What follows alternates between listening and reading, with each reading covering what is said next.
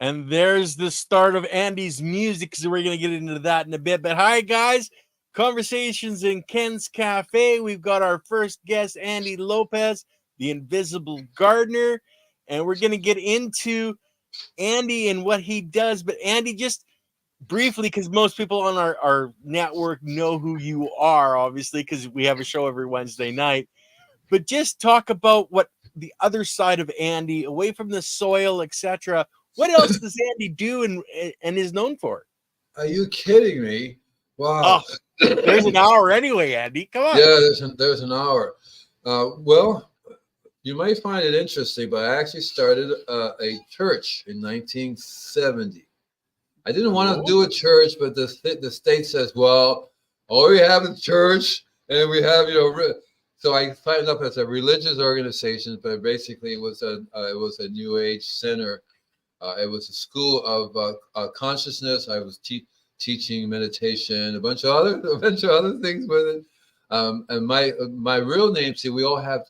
My mother told me that we all have two names. One name, which is our magical being self, that's endless and timeless, and another name is our social name that we go by with our people in our environment here. And so Andy is my social name that I use with my people in my environment, Andy Lopez. But Astra, ASTRA, is my spiritual name that I use, and I've used in many, many past lifetimes, future lifetime, that resonates with the frequency of my being. Right. How's that? Does that sound cool? Right. So, so I do. So in Asper's Garden, see, and I'll explain it to you a little easier for you. In 1970, I started a for-profit organization. It's called the LIFT, the Living Institute of Survival Technology. Okay, that was in 1970, and so it created the Invisible Gardener, which is the name of the company that I have now. So I eventually got rid of the LIFT and just kept the Invisible Gardener as a corporation. But the invisible the list, basically what it did was it's survival list of survival technology. So I would teach people right from the very beginning. Part of survival is your soil, is your earth.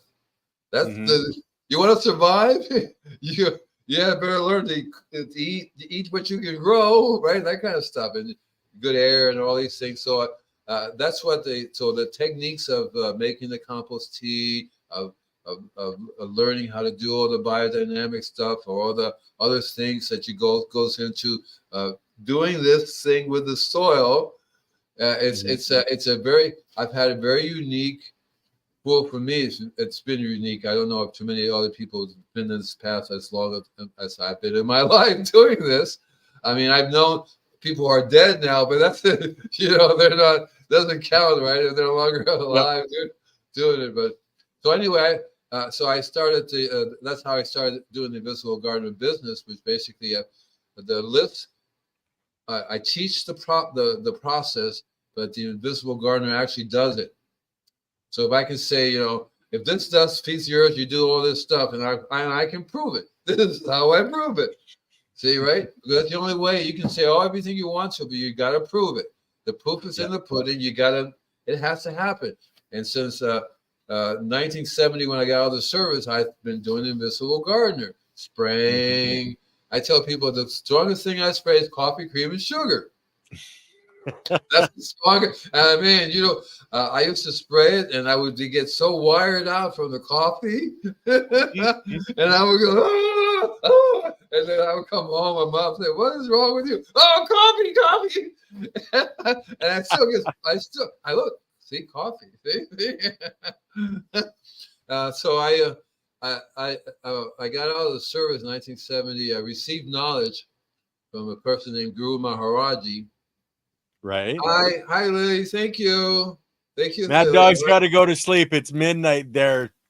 Oh yeah. What did he say? What, you have to go to sleep? I will be passing out soon. Can't keep my eyes open. Brother. Love you, man. Rewind. Come back and watch the show. Mad Dog. You have to tell. Where's Mad Dog from? England, I believe. England. I have customers in England. They go back and forth between England and Malibu, and another story.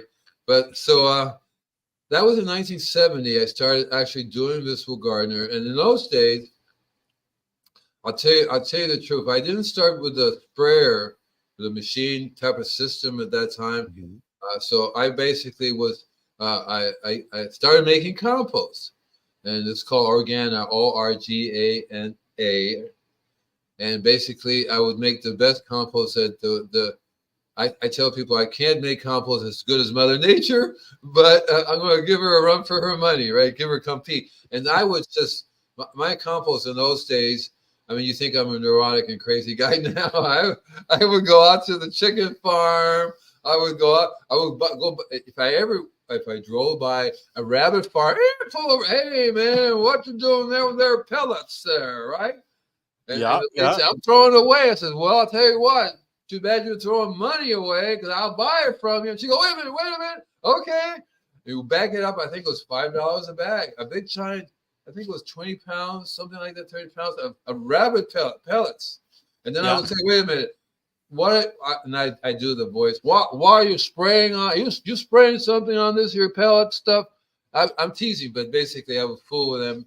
And sometimes they spray malathion, chemical, all kinds of stuff in the manure. You don't want it. Yeah. You don't really want that. And then they would say, so I can tell that they would be organic in the sense they're not really spraying. And even then, if they would just be spraying something, I would try to talk them out of it. But I would get so at one point I was getting rabbit manure, steer manure, cow and steer. Steer is a guy and cow's a Now it's female. girl. Yeah, Yeah. And then I was getting elephant manure, donkey manure. I was getting I think it was sheep, so some kind of sheep, and then I was getting, of course, chicken. You can't miss the chicken, and then there were other people who had all the kinds of weird animals. A zoo, for example, they had all kinds of creatures and stuff like that. I would get their poop and their things, too. And I learned how to just make a cooking. I told you once how I made it too hot and I think I burned the pile. There was nothing but ashes. yeah. The inside was like, ooh, and it's like, I said, I guess I did it a little bit too hot there, George. My idea was to make so what I would do is put in the center as the core of the pile. I would make these PVC pipes are about that big, and they Yeah. have holes in them. They're pipes that have holes in them on the sides, and Yeah. basically you pump air through it. Mm-hmm. So that would be in the core of the pile. You build the pile up with those and the center one goes up to the center, and you have it basically on the ground, but it sucks the air into the pile, right? Yeah. And then and it's easy to take to turn over because the pipe comes out, and then I used my next door neighbor whose property it was, he had a front end loader. He also had a manure spreader, which was really very cool. You know what a manure spreader is? Oh yes, I'm an old farm kid, so yeah, I know exactly what a manure spreader is. It's a big thing in the back that when you drive, run, it rotates and it slowly dumps your poop, the manure, right onto a pile. Yep. And so I would use that to mix my compost piles because I would drive on top of it and put different layers down of all these different things. It got to be a really, really enormous big pile, which then burned down to a similar smaller pile. And then I would sell different variations of that. And I would tell people, this is the time you should buy it. It's down here. This is this is the one you should buy. Take that and finish it in your property. Inoculate your soil with that stuff. Take this, dig a hole, put it in there, take care of it, keep it alive as long as you can, but it will inoculate the soil there. Also, I say take that and make a tea out of it. Yeah. But that's what I would do. The different stages of the compost pile to me means different types of biology. And that's very true. I can tell by the smell. Yeah. I can tell by the smell. This is sweet. This is sour. Oh, look what's going on here. Not so much. Smell, right? And so, so I've learned that. So I started in the 9th grade. I had I didn't have a count Well, if I tell you I had 150 customers, I do not mean I had 150 customers all at one time. Let's just say Right. I went through approximately 150 customers. You know, I have a saying, they come and they go, but that's Yeah. what happens. So I was never much into retaining people. You use my services, fine. You don't use it, it's fine. You come, you move, you do all kinds of stuff, whatever. You know, I do have a customer now, two customers now. They're over 20 years with me. Well, so when they start doing it, because what happens is that their place becomes more and more and more magical. The things are like growing. You see the very little snail problem, very little ant problems. It's like and the gardener says, "Could you slow everything down, please? We can't keep kid." And I keep telling the people, "You don't have to cut everything and haul it away. What are you doing?" And so it's like, yeah, it's a very neurotic thing when the Mother Nature is trying to make soil the best soil she can get, and you're taking it away, and you say, but, and then you complain when she gives you problems. Yeah. So anyway, I started Municipal Gardener in 1970. It was in Miami, Florida. I actually worked a little bit. So in Miami Beach, they had a senior. Well, they have a senior citizen everywhere. You know what Miami Beach is? South Beach, Miami Beach is, right? Yeah. Yeah, and you know South Beach is the beach directly south of Miami Beach. In those days, it was a pretty much a senior citizens place. Everybody Yeah. who lived there were retired, hardly have any money, no real hotels. As soon as I leave in '84, everything changed and it became a high fashion nudist beach, nudes everywhere. You know, nude beach up and down everywhere. You know, I And really you missed it. and I and Oh, I Andy. and I missed it. And I missed it. But I lived it. So I lived in Miami for a long time, and I started driving up and down Florida. I started in Gainesville, Florida. As I told you, I started a church, but I also started a publication. Okay. That's called Gainesville People's Yellow Pages. That's one of Mhm. them. New Age Traveler's Guide to Florida was another one. Because my parents were in South Florida, I was in Gainesville. I went up and down all over the place, right, back and Right. forth, all the different ways. And so I was on the. I discovered Ponce de Leon Fountain of Youth, where he was. That's what he was searching for. I know exactly where it's at. It's not. Okay. It's right there in the open. And so I would go up and down Florida and tell people here in Ocala that there's a health food place here. There's a place you can camp over here, and you. So it's a traveler's guide to New Age traveler's guide. So people will go from one center, one group of people all over Florida, and I would get ads, and you should see that it was a hippie thing that we drew in. Yeah, I had quite a little community doing that. Mm-hmm. Uh, that was in the early '70s. I was just somebody sent me a thing, and I can show it to you. There's a church in Gainesville that actually honors what I was doing. They have Astor's Garden there, and they really like the lady says. This publication turned me on to the New Age, and she read it. She went to this place, and I remember some of there was all bunch of hippies because the college towns. That's what it is. There's a whole bunch of young people really thinking ahead of the crowd, right? You know, I mean, Yep. like I told you, I received knowledge in 1970. And that's when I met. So I ended up on a journey. When I received knowledge, I ended up meditating under this tree in the Santa Fe. It's called Santa Fe Community College, and that's a big Okay, field. I have one question on No, I that. didn't do it. Is there an apple that dropped down on your head? Was that part of this at all? Just No, it was a curious. mango. Okay. Seriously. No, so when I received knowledge, it was just really cool experience because I was also doing what I was doing at the municipal gardener, right? But You're right. what I decided to do was donate my time to all these different groups because since I was going to them and finding out what religion or what group they represented, I would actually join a lot of the different groups because I'm always interested in all these different Curiosity. fascinated by all these things. So I would do the Sufis. I did I studied all different kinds of the Hindu uh, techniques. I learned the different yoga things. I learned about but also too there's I studied the Kabbalah, all these different interesting numerology, mysticism, and energy, and and so. But anyway, I donated my time to all these different groups because I was really good at growing already. Can you imagine that? Can you imagine that, right? And so I would do the gardens outside. Mm-hmm.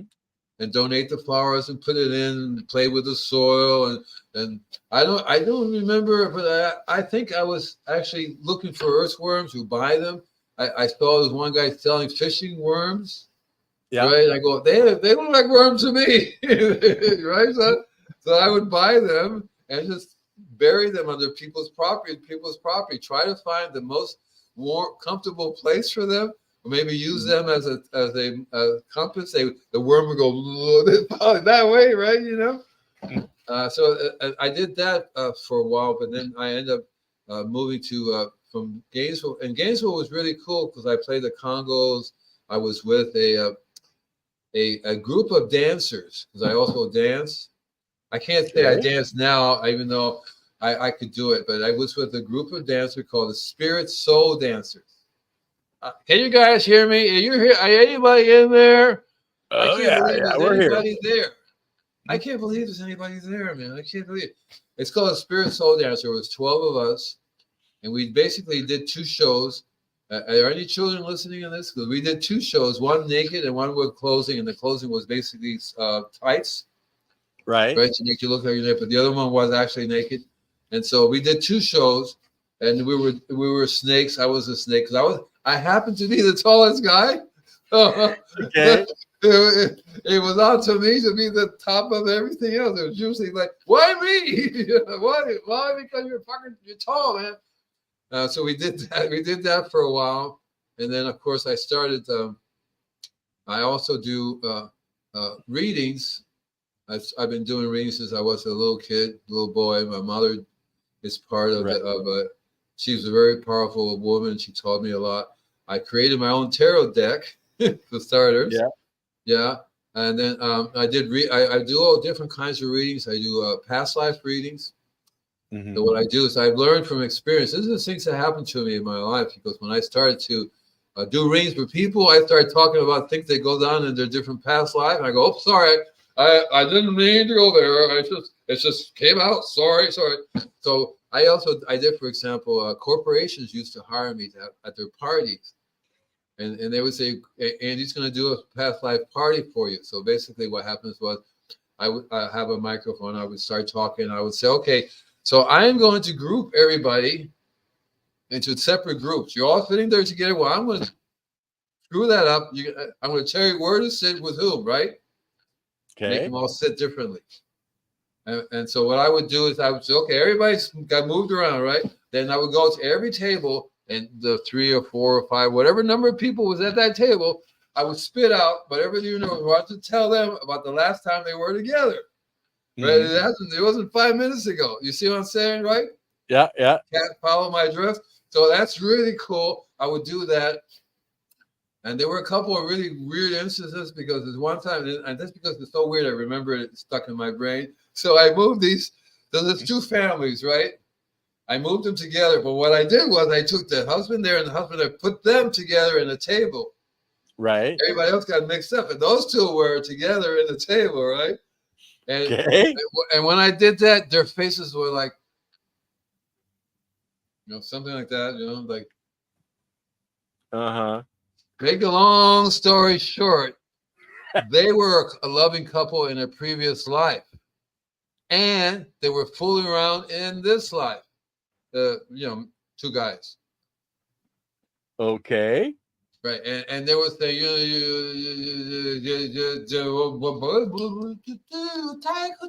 how did you know? What are you gonna tell? No, everything's cool, bro. I don't go. I didn't stand in front of the table, but when I was saying there are these 2 guys because they had traveled before, there were plenty of other time frames when I could pick. They wouldn't cause any controversy. So I picked the ones which they happen to have the same family arrangement in a different lifetime, because we all travel with a small circle of friends. It's no coincidence that we are here at this time together. That doesn't work that way. So let's see. Anyway, so I did that for a little while. I also do. So here's one of the things I do. I love doing. So when I came across country, have you ever seen these psychic little stores and psychic readings? Oh Right? yeah, Yeah. So I would pull up and I would say, "I'll trade you a reading," and they say, "What the hell are you going to trade me a reading?" And I go, "Okay, fine." Now, if that was a real person, he would say, "Okay, sure, great, come on in," right? yeah. These people are like cuckoo, and they take advantage of people. Yes, yeah. You know, there's only been Unfortunately, one time when I did that, and the lady said, "Of course, come on in. I knew you were coming." I said, "Great." yeah, and they Right? should have. I mean, come on. I said, "Absolutely wonderful." We shared readings together. To be two of us were together in various different lifetimes. It's just a matter of picking out the lifetime. One of the things I find really interesting about this thing is that I watched a Star Trek episode, right, where they went to this planet and it's called Beyond Time, something Beyond Time. It was a big, like a big arch, like the McDonald's arch, but made out of stone. And then it had the time zone, and the guy comes up with, "Our question," right? And so he sends it back in time, and then they came back the whole story. But the whole bottom line there was that what I learned from that is that the universe records everything. Everything is recorded. Yeah. And that's one of the reasons why the symbols and all these things happen, because it's all a matter of data. The data gets recorded. The data gets recorded. And it doesn't, and every second, every minute, every moment of time going back ancient before before there was the word, right? Before anything, it goes all the way back. And so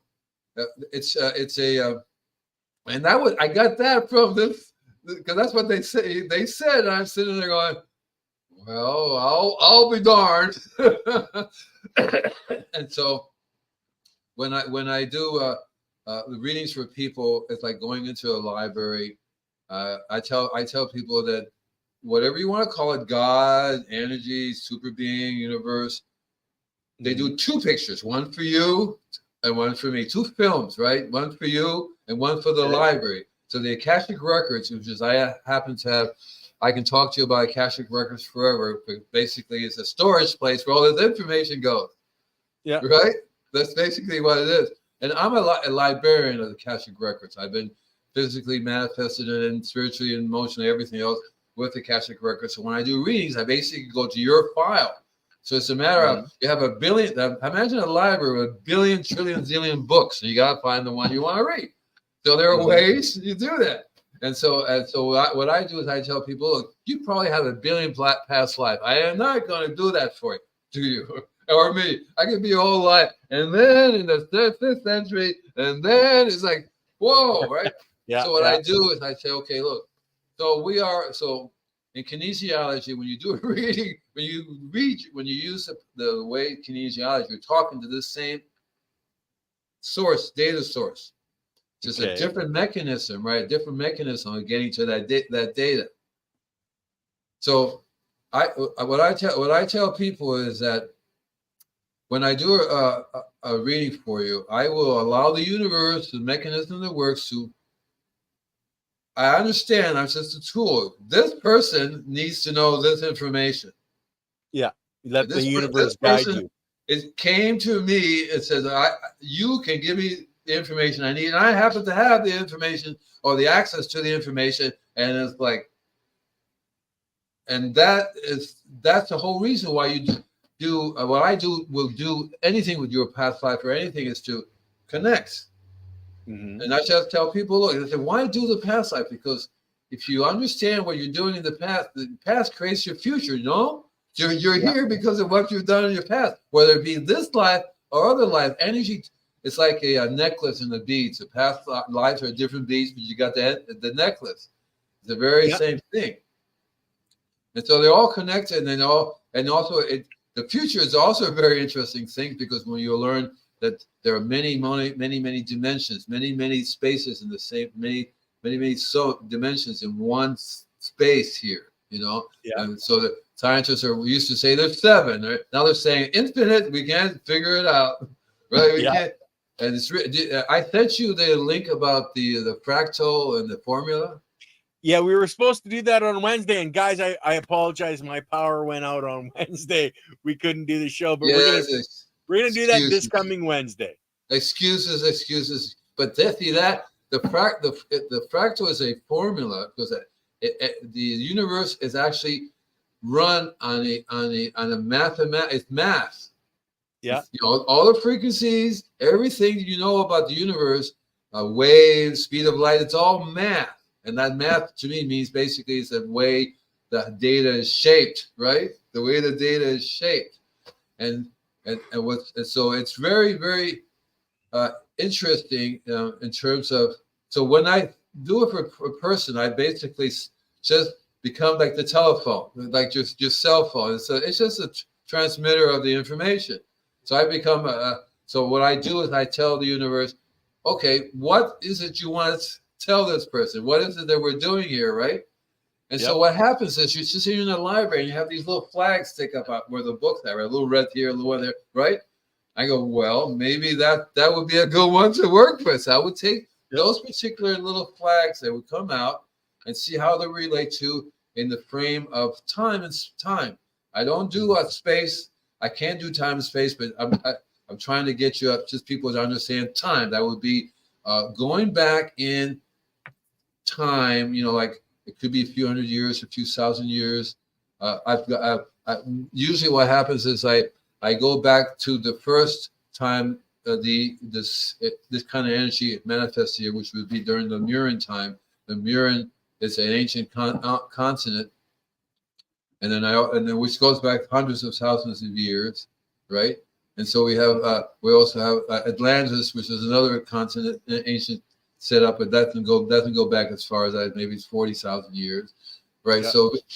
So when I do the readings, I tend to start. There's always something going on in the mirror, because the mirror is when us beings first started manifesting on this plane, and all kinds of interesting things happen when you first try to figure out how to do that. And it takes a long time. So those lifetimes that you spend in the mirror, for example, I don't know if you know much about the mirror, but it's saying that it blew itself up, that it had a big giant war and putchikoom, right?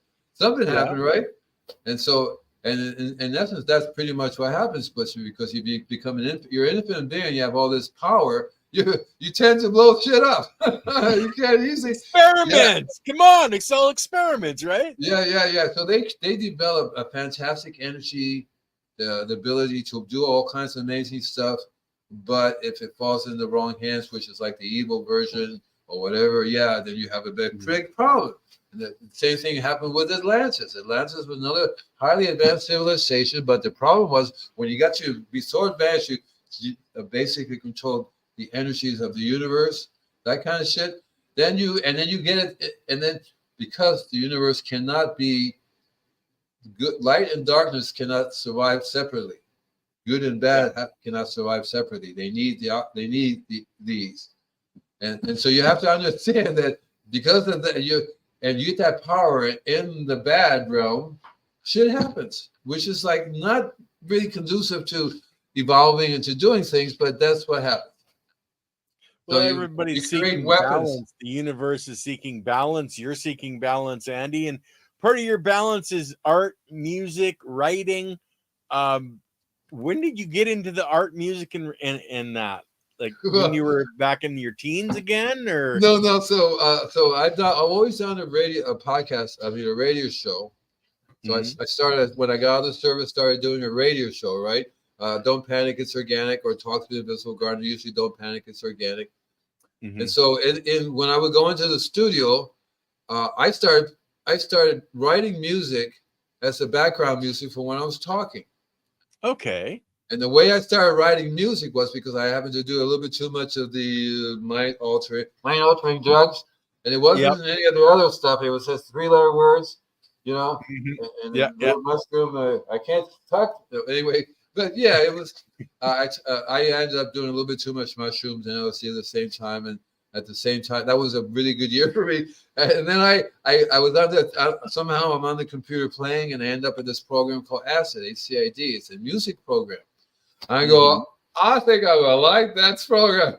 So I downloaded it. That was in it was 80 something, 85, 86.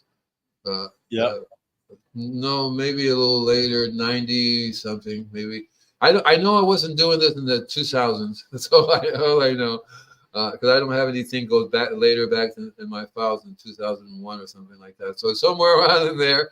So, and to me, frequency and sound and color are all, I not only listen to it, but I process it. And I can tell what it does, what it's for. Well, because you have a certain, I wouldn't say ailment, but an ability, I guess would be the best way, where you don't see the world the way most people do, because you hear I'll beg your pardon. Color. I'll beg your pardon. Color. Yeah, exactly. Yeah. Clean out the ears, Andy. Actually, Andy, why don't we bring up? This is a little bit of Andy's artwork, guys. This is Andy's YouTube channel, but this is a little bit of Andy doing some artwork here. Andy's work. It's one of my songs too. Yeah.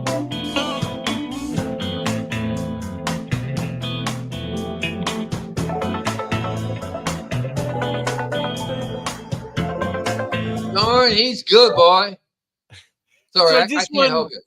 Yeah, there's just so much, Andy, that you do, and you're amazing at, and you do binaural music. You're really into that energy, frequency, vibration. That's, I think, one of the reasons you're so attuned to Mother Nature. And actually, that's what Lily is saying here. It's no wonder Andy is so plugged into Mother Nature. Look, he's sensitive to energies, and everything is. When I've been doing psilocybin mushrooms and LSD, the LSD didn't start until the 70 in the late 60s. I think I was doing LSD in Woodstock. That was 69. 69, okay? Yeah. So it's probably, the LSD probably came before the mushrooms because it was easier to get. And I didn't start doing mushrooms until much later, maybe 70s.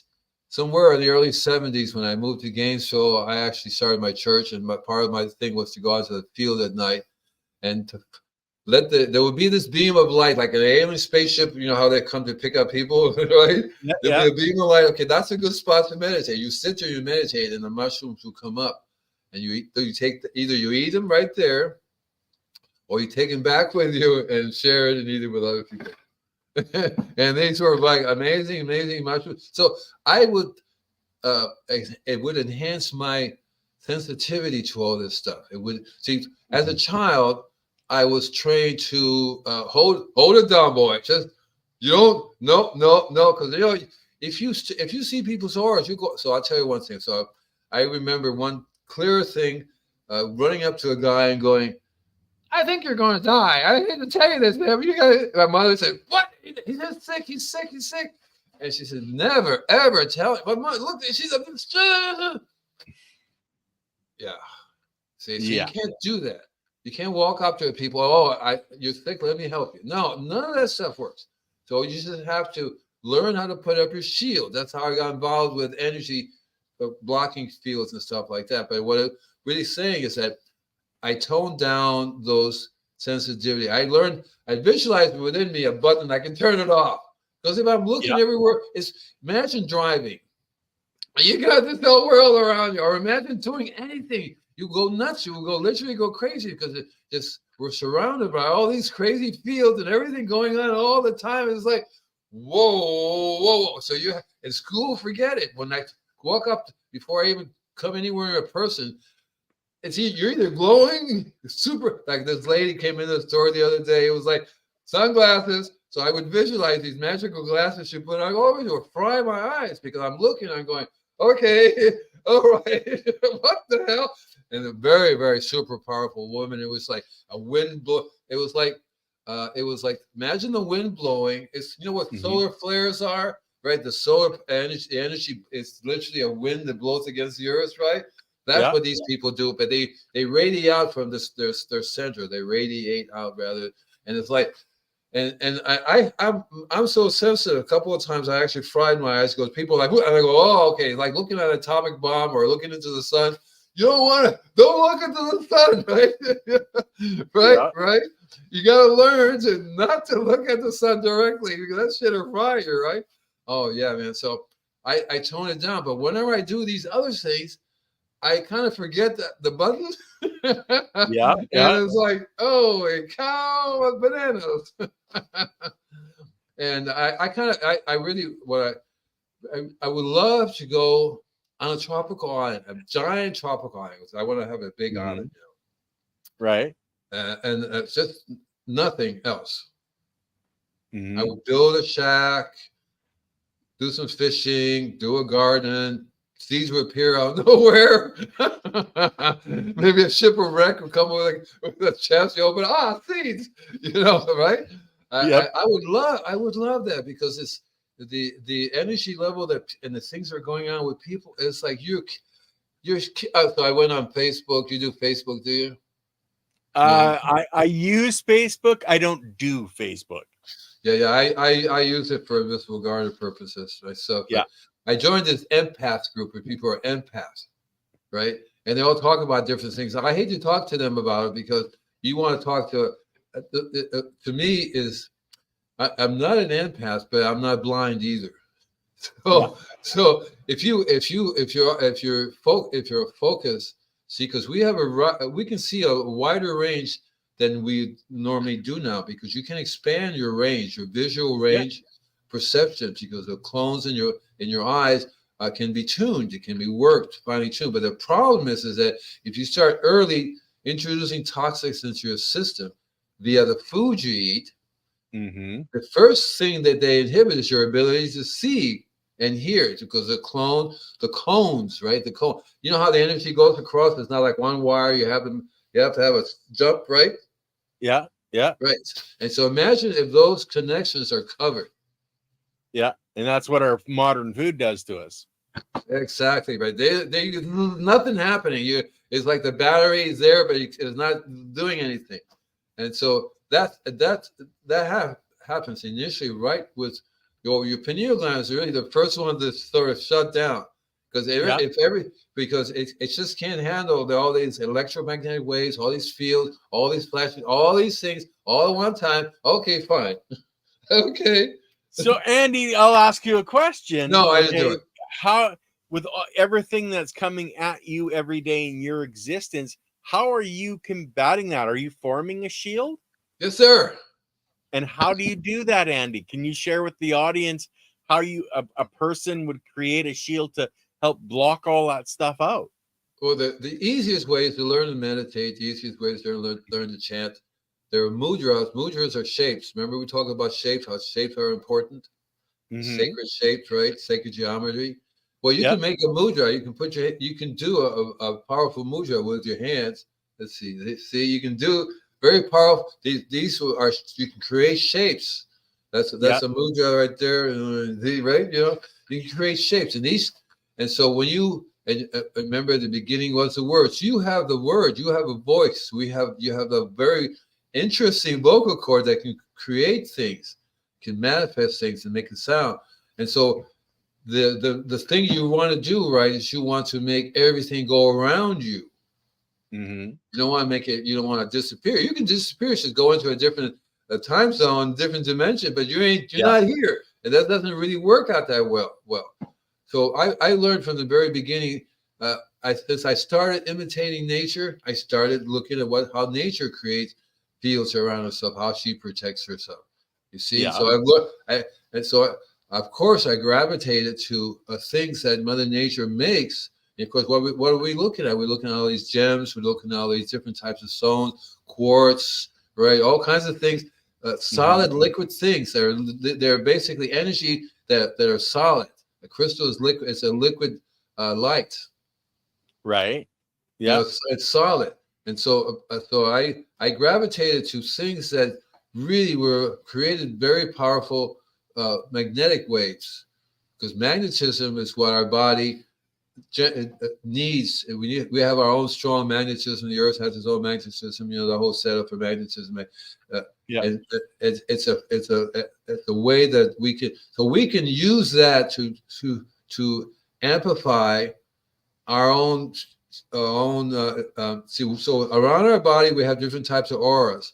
So and our aura basically outline a certain field. Like we already have a outline for a shield where these different types of auras are there, and you can make them stronger enough to interfere, but you have to learn and meditate. I started, like I said, I learned from Guru Maharaj in 1970. So before then, I was going to all these different things, and what I was really looking for is better, stronger ways to meditate, better way, something that really works. When you meditate, you go, wow, okay, I'll be back, right. Yeah. So I went through all these Sufis, Ananda Marga, Krishnamurti, you name the I went to Scientology, I went to TN Transcendental Meditation. Yeah, all these. I was actually Hare Krishna, Krishna Krishna. I think I saw you in an airport once. Yeah, yeah, you got it. But it didn't turn the light on until I did this. So I told you about that I was doing gardening work for all these different places. So there's one place in Gainesville with an ashram. Maharaji was giving, and when he came to the United States in 1970, he would send out his Mahatmas. These are a group of people that are trained in the knowledge, and they give knowledge to the general public, to teach the meditation forms to the general public. So this guy showed up at this ashram that I was doing gardening outside. It's called a knowledge session. It takes about 12 hours. And so he started to give the knowledge section. And he stopped doing the knowledge section. He came out, why are you not in there with don't you not wish to receive knowledge from the master? He had the Hindu, accent, right? I was trying to imitate it. I'm not making fun of him. I'm not making fun of you watching. But, and I said, I don't know. I'm doing service. I'm planting flowers. You do your thing. We're good. He says, no, you must come inside. And I said, no, you can't force me to do anything I don't want to do. I just be fine right here. So he did his thing, right? He did his thing. So on his way out, he went and grabbed me. The dude grabbed me. He said, no, you are coming with me. And he put me in his big Cadillac, black Cadillac, and drove to the next. He drove to the next place, which happens to be, so we were in Gainesville. We went to Tallahassee, Florida, to give knowledge session there. On the way there, he says, look, you really have to receive knowledge. I know what you're looking for. You've been going to all these different places. Nothing turns on the light. And I came here specifically to pick up your ass and get you to turn on the plug. Because you have a light bulb, you have everything together, but you don't have electricity. Right? Yeah. You don't have the connection yet. It doesn't help you if nothing's there. So I was... And the knowledge session was a little weird because you kept saying, do you accept Guru Maharaj as your learned master? I said, dude, I don't even know the guy. I don't know him. And finally, everybody said, all right, just say yes. I said, okay, fine. and so, but when the knowledge, I had already learned those different techniques. Again, I didn't have to zap to turn on the lights. None of these guys produced the zap. But when I did it with Maharaji, Dingo, I was like the light from the room was dark and now it's light. And that's what I learned in 1970, which changed my direction of my life, even more so than ever before. Created Invincible Gardener, Asper's Garden, all kinds of other things. I haven't really stopped yet. As far as I'm concerned, I'm still going. Well, it's a journey of knowledge, my friend. And that's one of the reasons I wanted to do this interview with you, was so you could share your experiences, because there's other people out there that are looking for that type of guidance, because the world is changing, the energy is changing, people are feeling more than they have before, and for a lot of people it scares the shit out of them because they're seeing things they've never seen before, they're feeling things they've never seen before. You've been through this journey, Andy. Let me tell you this. This is very important. Here's what you need to know about a shield. You definitely have to have a shield. You cannot survive this. Right now, we're going from the Piscean age to the Aquarian age. We're about 11 degrees into Aquarius now. into the age of recording. 11 degrees, two different energies entirely. Just Piscean, fishes in water, fishes in the air. Two different things. So either you're all going to die or you're all going to evolve, right? That's what's good. That's the way it's going to be. It's what's going to come down. So right now, you need to learn how to do the shield, and you have the most powerful tool. And that's your consciousness. We have a very unique consciousness than other animals. Other animals, they have consciousness, but ours is a unique one in that we can actually tap into to the universe. We can talk to God, whatever you want to call it. We understand a lot about the frequencies and all these things, and so we create man-made things are the ones we have to be careful with. Even though in nature there are things that fry you, the sun can fry you, which is also nature. So you have to be careful. That's why I really love, and I'm going real fast because I'm trying to get a lot of things in here. But I talk about the fractal and that one link that I sent you, which maybe you'll put down in there for people. They can go. That's on next Wednesday's show. Okay. Guys. Get into the fractals. So yeah, we're gonna stay away from that real specific here. So go somewhere else, Andy. Okay. So it's the formula for the universe. It's the formula for God, because it tells you how everything functions, and it tells you there's chaos. In order to have all this chaos, you have to have peace, and peace is this one tiny dot over here, and you have this massive chaos. That's the balance. That's how powerful peace is and chaos. We're surrounded with chaos, but there's peace here. And so the shield is the step one. Because if you cannot produce a shield, your ass is grass. That's my final and I'm the lawnmower. Yeah. And so you ideally, the ideal scenario is you don't need anything to create a shield. Yeah. Except yourself. You generate the shield. So when you learn how to meditate, you get stronger and stronger and stronger. You learn how to you have energy that you can also radiate out. And one of the things that's really, very cool about us, we can actually visualize a force field around you. You visualize a force field around you, and a force field that cannot be penetrated by anything unless it's good light. Do you do a complete sphere, Andy? Yes, sir. You don't do it half a circle. You do the whole because thing. Energy can come in underneath if you're only going down you the ground. You do the whole thing. It's one of the things that I don't have it with me right now, and I'll get it. So I have this amazing ball. It's a sphere. It's a very unique thing in nature. This sphere that's not like a shape of an egg. It's a round thing. We should try to find that energy in nature, and you'd be surprised at what that energy is all about. But anyway, so it's important to develop a shield. So there's several different ways to do that. If you learn how to meditate and you start doing the mantras and the chants, and you start visualizing a shield around you, you will eventually somewhere in your lifetime do that. But in the interim, you really need help to get an instant shield up, like shields up, boom, right? Yeah, that would be really cool. So there are a couple of really easy ways to do that. So first of all, I'm looking around because normally I have things that I can sort of, even if I did point to you, it won't make any difference. But basically, so I found, for example, if you was to grab a crystal, right, that your body all of a sudden is vibrating that crystal. So in essence, you have a little shield that this crystal is giving you. Right? And we have the ability to amplify that to increase it. Yeah, but it's got to be consciously done. Not that's right. It has to be the intent. It has to be the intent. It's not like no. You actually have to say it, make it happen. Even write it down if that helps you. But so there are lots of things in nature, and one of the things you want to key into is how nature makes its own magnet. So nature has its own magnet in form of magnets.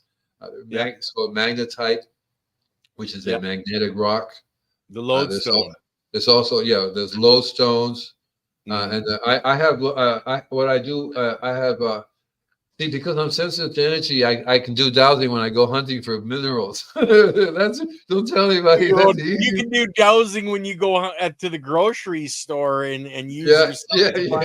Is there anything good here? when I first started doing dowsing with a little stick, right? You know, the little thing. I threw it away. I said I could feel it nodding without the little things. You know, my mom says you're crazy. Yeah, I am crazy as bad. Yeah. So anyway, so you can. I would literally look online lodestone. Right. You know, and any rock store, any rock shop will sell it. Yeah. You can go when they have a convention, like they have a rock convention. I would go there. I mean, I can't go to a rock convention because I would walk out with massive amounts of stuff, and it's You like wouldn't be able to walk out, Andy. I mean, no, you'd be so packed down. and these people will give it to me too. I say, "Here, take this. You need to take this." I go, "Thank you, thank you." But that's what you do is you tell the universe, okay, I'm going to make a shield. I'm going to make the most amazing, most powerful shield for me from all this, not only electromagnetic wave energy, but from anything evil, anything dark, anything I really don't want to care, you know, because there are, remember, that's good to are evil. So you have to learn how to shield yourself from not just from everything, anything from bad magic, right? You know what I mean? Right. Voodoo, everything. So you want to tell the universe, tell me, I have no idea what I'm doing. Right? The first thing you give up to say, and the universe will tell you, and it manifests in so many different ways. Sometimes it's straight to your face. Hey Siri, tell me about how to make them right. Yeah. And so but in essence, you want to do is you want to get a powerful lodestone. Ideally, you also want to be Andy. I want to clarify something, guys. You don't need the lodestone, but it does help if you're wearing the crystal, because that's just a mechanical thing you can That's help right. That's you what I'm with. talking about. You don't actually need to have that. You can use your own energy. I thought I said that because there's two ways you can do it. You don't need anything, you need your stuff, but it will take you a while unless you're really very good at really getting it together really fast. I myself don't need it because I've developed over the years. Yeah. So same with me. People ask me, you make this, what do you wear? I don't wear anything. I don't need to wear anything because I consciously have the shield up. And I have set up consciously so my system says, warning, danger, you're being attacked. It's like I made an automatic AI of my system. It's on automatic. Some dude looks at me funny, the shield goes up and saps him right back. And the energy comes through the wrong way. I don't have to automatically push a button, alert. No, it's like automatic. Yeah. But that takes, I'm 75, okay? So 50 years of doing this shit. So it's like, plus help from the universe, the different things that I did to alter my consciousness. Normally that's what monks take all their lifetime, learning just a small part of this stuff. So we don't have to do that. We can speed up the process a little bit. Yeah. So what you want to do is you want to do if you know somebody who does kinesiology, because you shouldn't do it to yourself unless you really learn how to do kinesiology yourself. You get somebody else to be your partner who will try to push your hand down. You hold your hand up and you say, okay, and you bring the information forward, and your body will say, is that any good or not? And if you can't push it down, then it's amazing. If you can't hold it up, then it's no good for you. You see what I mean?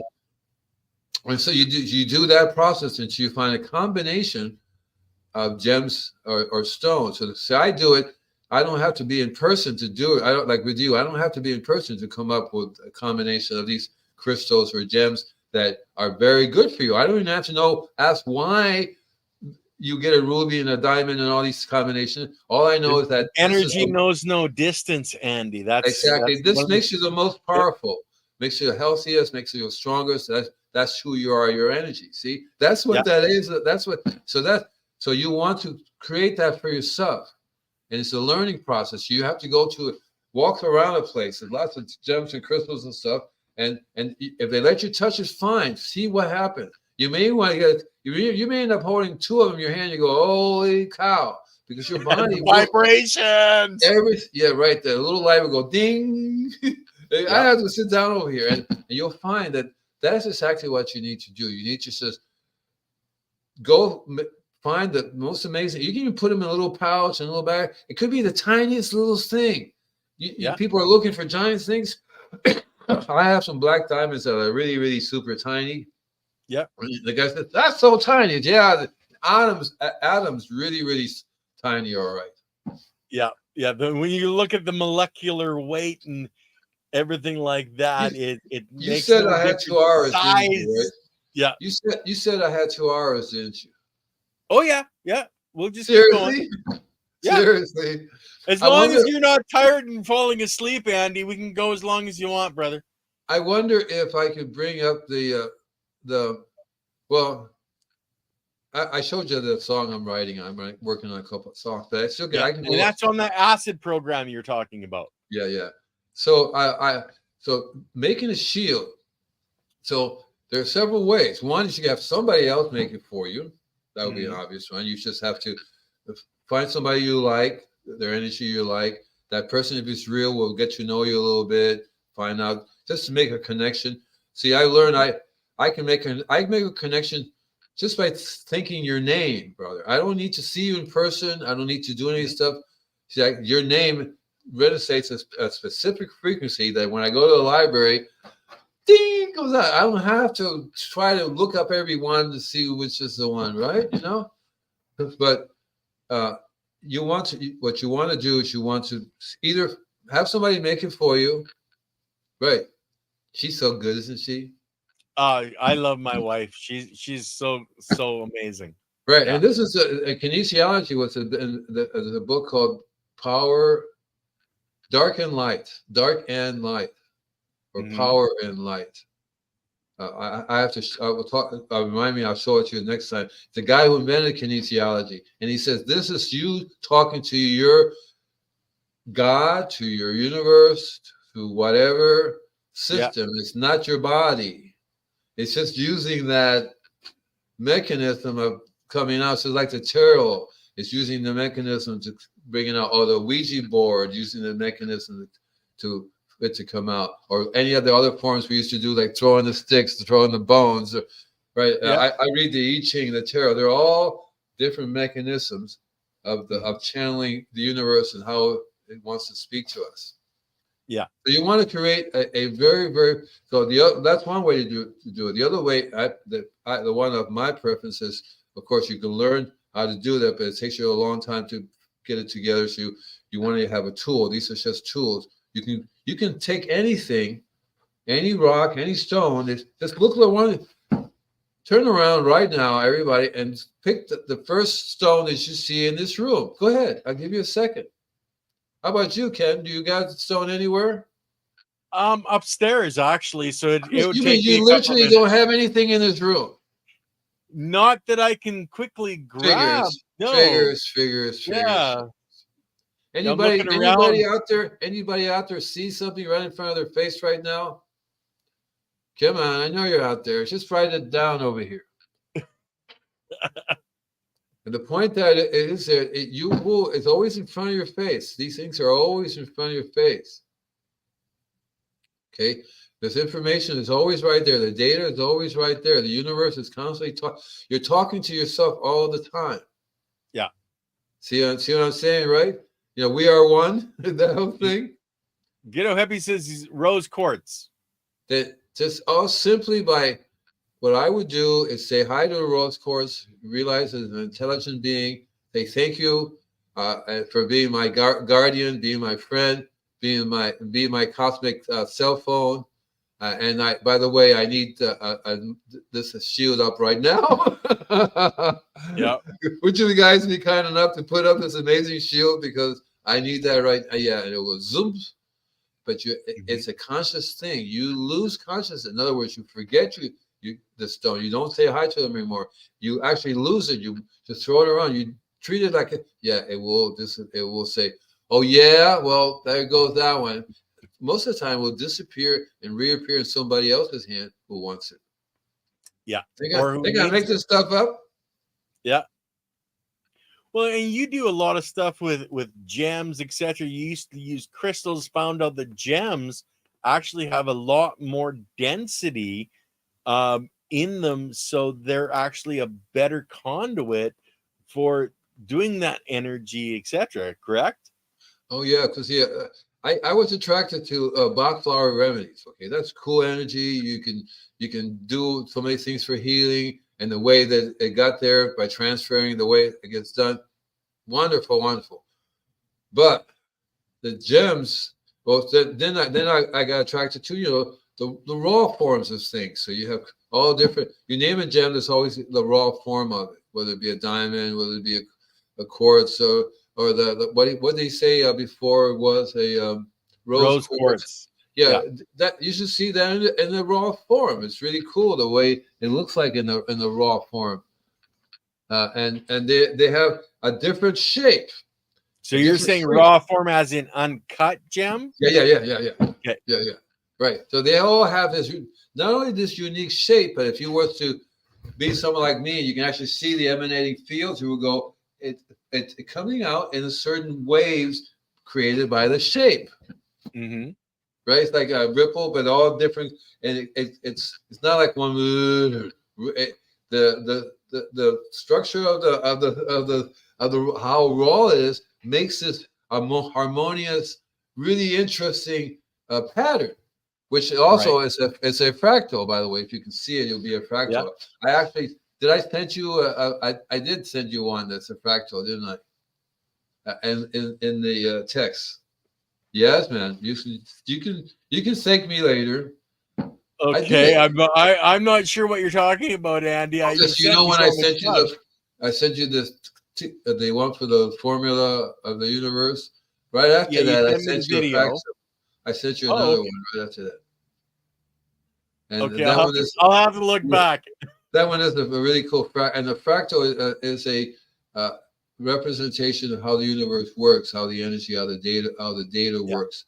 And so, what I do is I learned that a fractal is also holographic, and so the type of what I have advanced to my shield is a Yeah. holographic shield. Okay. So it's no longer just a shield, which is really cool, but I've developed a holographic shield, which is very different, entirely structured. And because the universe is holographic, so the holographic system, that's what that thank you song is about. It creates Mhm. a dual holographics, two holographic together, like to do this. Uh, it's like not a dance, but it's like when the smoke rises, a swirl. I forget what you call it now, but it's like a whirlpool. The way Mother Nature structures water, the energy that it creates is a Vortex. twirling. A What vortex. vortex? There you go. Boom, boom, boom. Vortex. One vortex to go, please. Make it hot, please. I want my vortex very hot. And I So want to bring up this yeah, from yeah. Super Nessa. Be very careful which knowledge you follow. And that's very, very true because there's a lot of people that are going to lead you where they can tap into your energy and you're not in control. That's where, you have to remain in control. That's why I tell people look inside yourself, for this kind of stuff. Don't always look outside. You can learn, but your true knowledge is going to come from within. Nowadays there are so many clever ways that people are basically weak. They're weak in their wills, they're weak in their whole system. So anybody can just lie to them and fool them into thinking something entirely and thinking that it's good. So Mm-hmm. they've lost the ability to tell them apart, to tell good and bad apart. There's so many things going. What toxins do that body? Eating food that basically toxin has a way to screw up your brain and screw up your philosophy and screw up everything what you think is real. So yeah, it's not a good thing at all. But so what I've developed is that's one thing that happens through the music, because when I do the music creates a certain field. Now that Mm-hmm. if that field turns out to be a holographic, that's what you want. That's what I want. And Yeah. so that Yeah. and that can be recorded. You can actually there are holograms. There are lots of ways you can record holographic energies nowadays, and that's pretty Now, is cool. that why you do the binaural? So there's two parts of it, Andy? No, I do the binaural because in nature, uh, when you're listening to uh, two things at the same one thing at the same time, they go to different ear.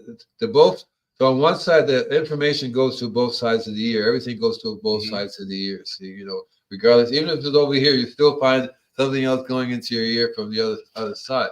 But when you do it binaural, that basically means So when I have a song, one particular loop or whatever vibration will go into this ear, this Yeah. side, and another different one will go into this side.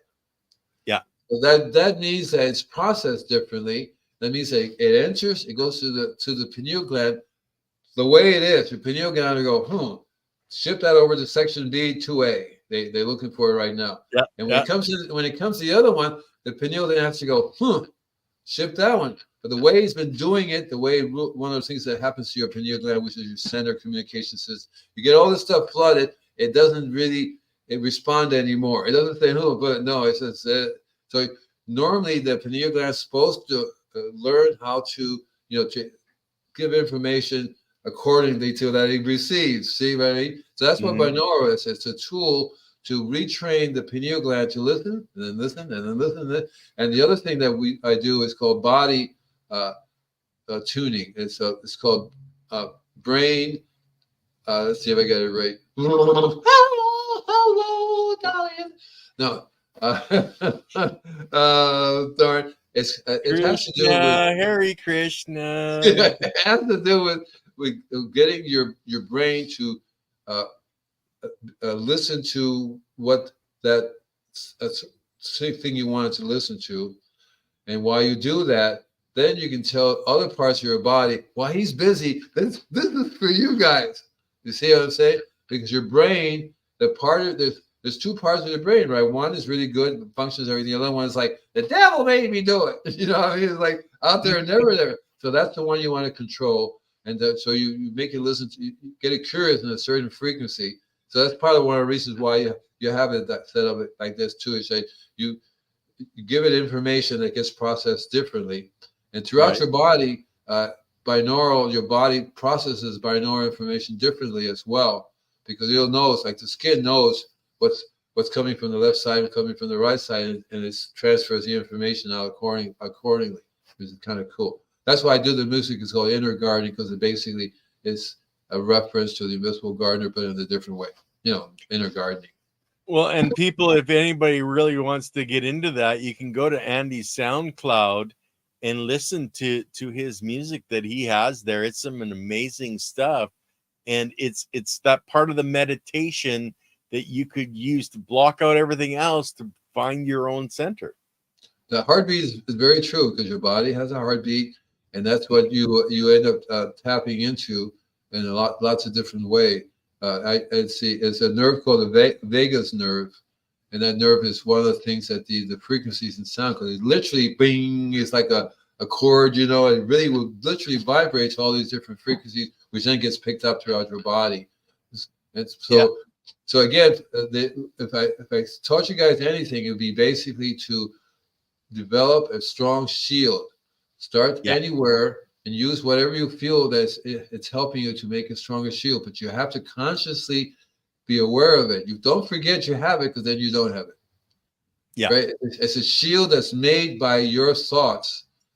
See, as long as you think about it and you see it, you visualize it, then it's there. As soon as you forget it, it's yeah. Right? Well, I know I used to, when I was driving truck, Andy, I would always put what I called the white light of protection around myself, my truck, etc. And you would not believe how close I have come to major accidents. I would. Yeah. All of a sudden, for some reason, they didn't. I was that half of a second late to actually get into the accident. It works. It's amazing. I've been doing it pretty much all my life. The shield literally puts you into a different zone, different dimension. Yeah. Just long enough so that everything will go through you. And that's what I think. That's what I think. It time shifts you, into a different dimension. And the white lights is beautiful. I also do the violet light, which is really cool. I learned about the Ascended Master of Saint Germain, all those people a long time ago. Yeah. how to use all these different energies. And chanting and mantras, just singing. Prayer is also good. Lots of ways you can raise your frequency, raise the energy level, so that because we're being bombarded, but you also remember the food you eat is you're allowing it through your shield to go into your body, into your stomach. Yeah. So why you have this shield? Okay, open up a little bit. Oh, bring in the toxins. Okay, close. It's like, yeah, that's a really good thing to do. Right. And are you giving thanks for the good food that you are having? Because that will help to mitigate anything wrong with the food if you're giving thanks to the animal that gave it Exactly to right. you, the plant that Exactly gave right. it to you. Yeah. Exactly right. If you're going to eat anything, you always say thank you to it. Uh, to me, it's a no brainer. It's really a no brainer because you have to even just okay. So yesterday, I went to a customer's place. I've been there since 20 years. They were telling me there's a hawk up over by the pool. Right. And he says what happened was they went and pruned a tree down, and the hawk nest was there. The babies came down and everything. The hawk standing by the pool in shock. The poor bird sitting there going, "What's just happened to my family? What's just happened to my home? Oh my God!" And these guys were making fun of it. And I told her, I said, I bowed to her. I said, "I'm so sorry. I apologize. This is happening. You'll be okay. Just build it next time. Don't build it anywhere near these humans. Just find another spot somewhere else. There's plenty of places to do it." But it was safe. No, it wasn't safe. So build another nest. Your husband will help you get more eggs. And I paid respect to that. I do. Yeah. That's why one of my books is called Dances with Ants. I don't say kill them ants. I want you to kill. No, anything is alive. I tell people it's very hard to walk without killing something because we're people of destruction. The things we breathe, when we breathe in, we're destroying bacteria, oxygen all the time. We're walking on things all the time, just causing destruction everywhere we go. But then everything pretty much is, Andy. It's your attitude towards what you're doing and being thankful for the life that you exist in. Yeah, yeah. And to me, I feel really grateful I'm at this age. I'm still a little bit anxious because what I tell you what I want to do. You want to know what I really want to do? Yeah. It's a good song. Yeah. What do you want to do, Yeah. Andy? Yeah, I would like to go into the second half of my life. Get it? Second half of my life, and just do energy things. Just do energy works. I don't. The Invisible Gardener is nice. I love it, but I really feel like talking about all the energies of the universe, all the energy of the in your house, how to deal with all these things, and at the same time to increase your force field, how to do all these other things, which are a lot more fun. I would love to have a program where you can sit down and shoot you a picture of your aura, right? You know that you go to those places, right? And I would do it before, during, and after. So I would say, here's a picture of you, right? And then I would create a series of Gemini lectures. Okay, you wear those for a while, come back, take your pictures again. Okay, and then I would change. And then I would change it again to one more time and take a picture again. And you will see the difference. Mm-hmm. You will see the difference. You can't say, you did that on purpose. You made a computer program that randomly produces stuff. See, so that's what I want to do. And ideally, that same computer program can be taught that this is how these frequencies are bad and these frequencies are good. So if you come into a room and it senses those frequencies, it would automatically know that. And part of your treatment is to cancel out the bad frequency. See? Okay. Lily's got you here, Andy. She says, I want an autographed copy of the book you're going to write on this energy work. Thanks. I am starting a book called Energetic Healing. That's the name of the book. Cool. Well, there you go. Lily's seen it in your future, brother. And I do one paragraph a year. So it'll be done in the How many books have you written, Andy? Huh? How many books have you actually written? It's over 20, right? 20. Yeah, 21 was Don't Panic, It's Organic. The last one, number 20, was Natural Pest Control Alternatives to Chemicals for the Home and Garden. And the first one I did was How to Heal the Earth in Your Spare Time. And then interim between there, I have the bed bug book. I have Dances with Ants. I have Organic Gardening. I have Natural Tree Care, Organic, Natural Fruit Tree Care, Organic Lawn, Organic Rose Care. How to Control Mosquitoes. That's one page. It's one page. How to keep mosquito from biting. You want to know how I did that? What goes on that one page? Take a garlic clove, cut it in half, put it each half in your shoe. Yeah. No, you're not going to get bitten by a mosquito for a long time. Mosquito has to smell you before it can attack you. If it smells garlic, there's no way. They did a study to say meat eaters are attracted to mosquitoes because of what they skin odor they give off. That's how they tell. The mosquitoes go after that. They tune into that. If they can't find you, they can't bite you. And yeah, you will smell like garlic. Your friends will say, something, yeah, if you can smell it, you know that bug will smell it 10 miles away. It will leave you alone. You will also, too, a benefit, you will not have any cougars or mountain lions attacking you or snakes will attack you. The bears will go, I don't think so. Okay, does it work against Sasquatch? Yep, the poor guy will go, oh, God, this is. Yeah. I don't want to eat this guy. Get away Yeah. from me. Yeah, yeah. So anyway, what else you want to talk about? Well, you've got your music, you've got your art. Let's get into your art a little bit, Andy, because you do some different artwork where you spin things and stuff like that. So let's talk a little bit about your artwork. You can pull up some of those earlier ones. I have a whole bunches of American, tons and tons of them. Years and years and years I've been doing, well, not years and years. Okay, so it's been like, what, 1990. And I've been just, and to me is because it's digital, I can create them in a half hour. Yeah. So I tend to do a whole bunch of them at one time, and they're up there. I can actually show you some of them if you want to take a look. Let me see if I can find whilst we're talking, because I'm trying to figure out. I wish that I could. I'm thinking about doing another website specifically for the artwork, Okay. and doing another website just for music, because it's not available to the general public, so to speak. It's just not. It's yeah, E. There you go, E. So let's see, E. Yeah. So I'm gonna go back to 2016 and see what we got here. Okay, and then this is files on your computer. Is this actually available on somewhere? Is it on your YouTube channel, Pinterest? No, nobody knows. Well, on SoundCloud, some of the artworks that I put up there Yeah. are that, but they're not the moving type. Yeah. And let me see if I have a video, one of a video of it. But I'll have to get it together more because I have a million zillion pieces Yeah. of artwork in here.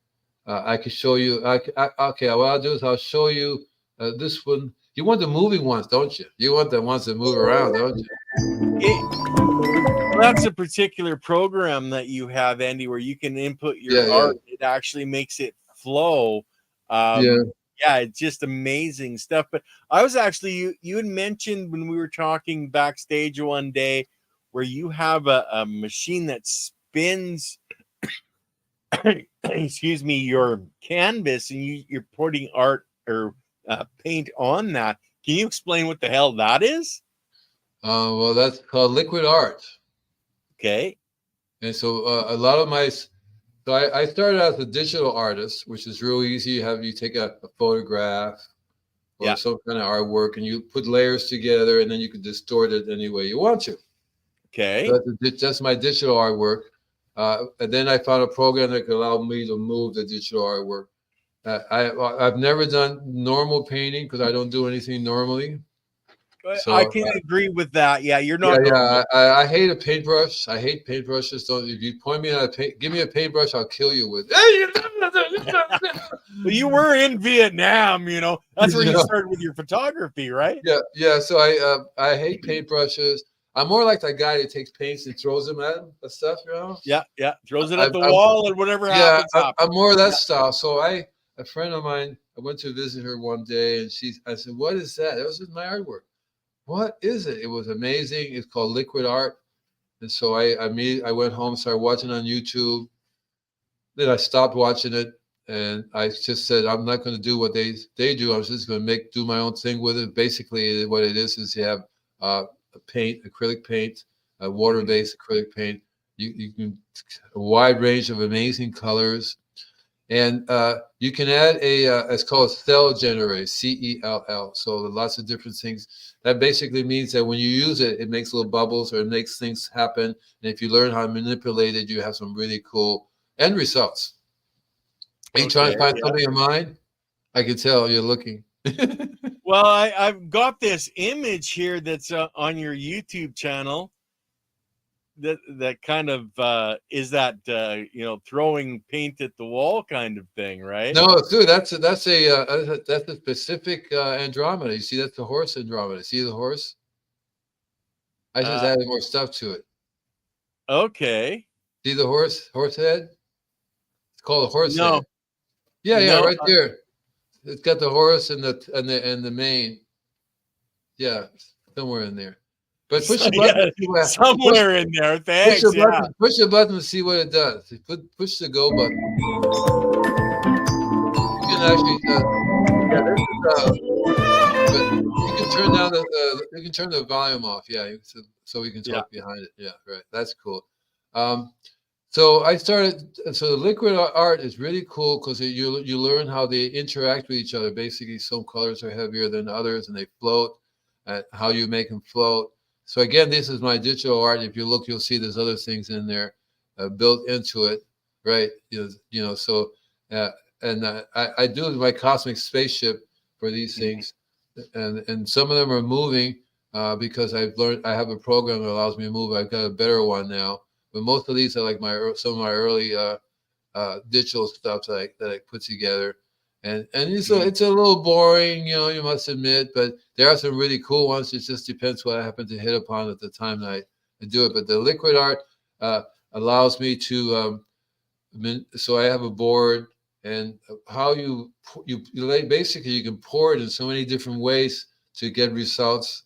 So people are always fooling around different ways of pouring it, and so I have tons and tons of. One of these days I'll show you because right behind here there's a closet full of artwork.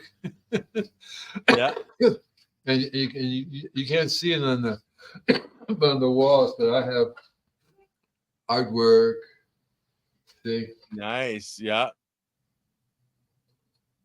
And that's the liquid art. Yeah, and that's liquid art for you. So I take different things and instead of using a paintbrush, I would use a cheesecloth, or I would use a toothpick, or I would use a scalpel thing, or a scraper, or knife, an eyedropper. Yeah, or anything that I could use to make it do things. I have a hair blower that I can blow on it, and the air would make it do things.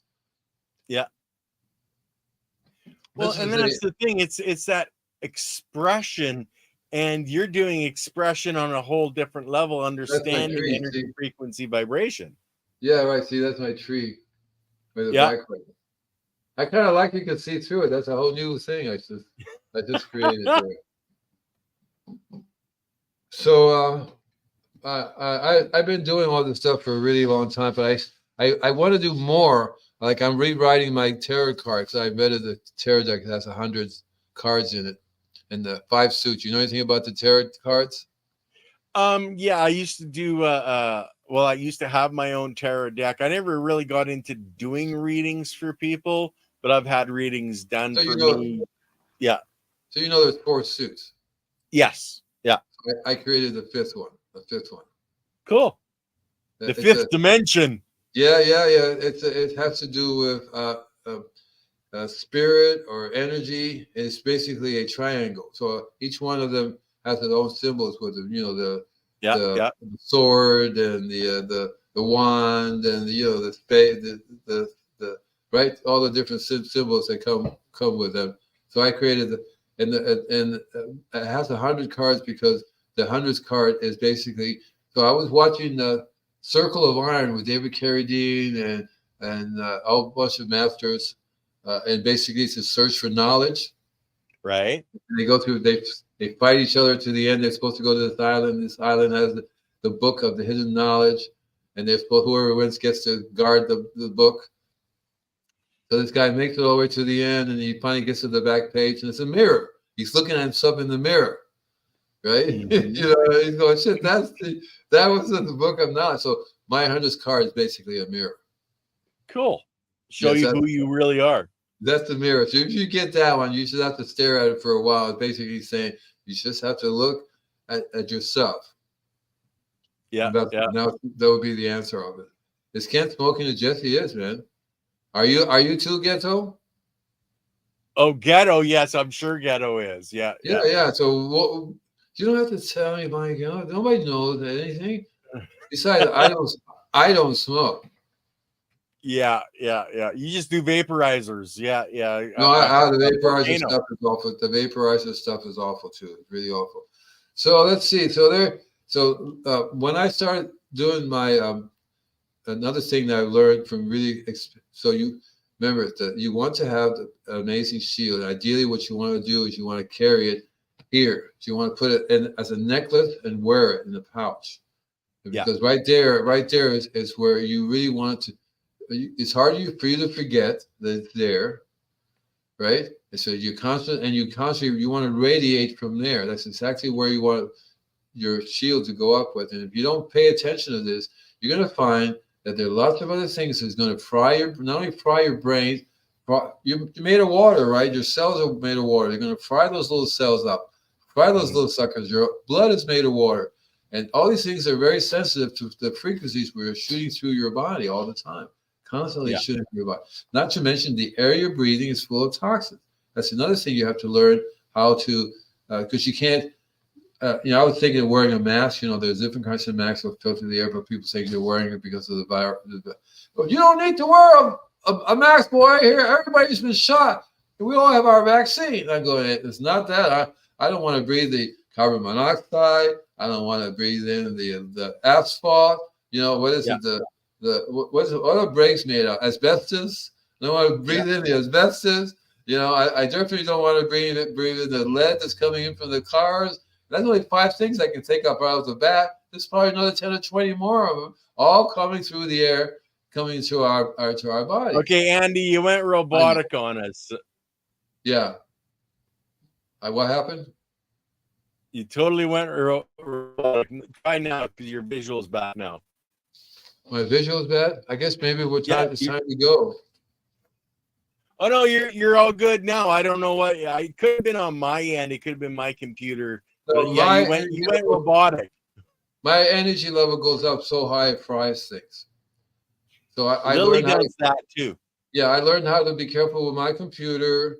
I definitely, because a lot of times my magnetic field is so powerful, it would literally fry the hard drives.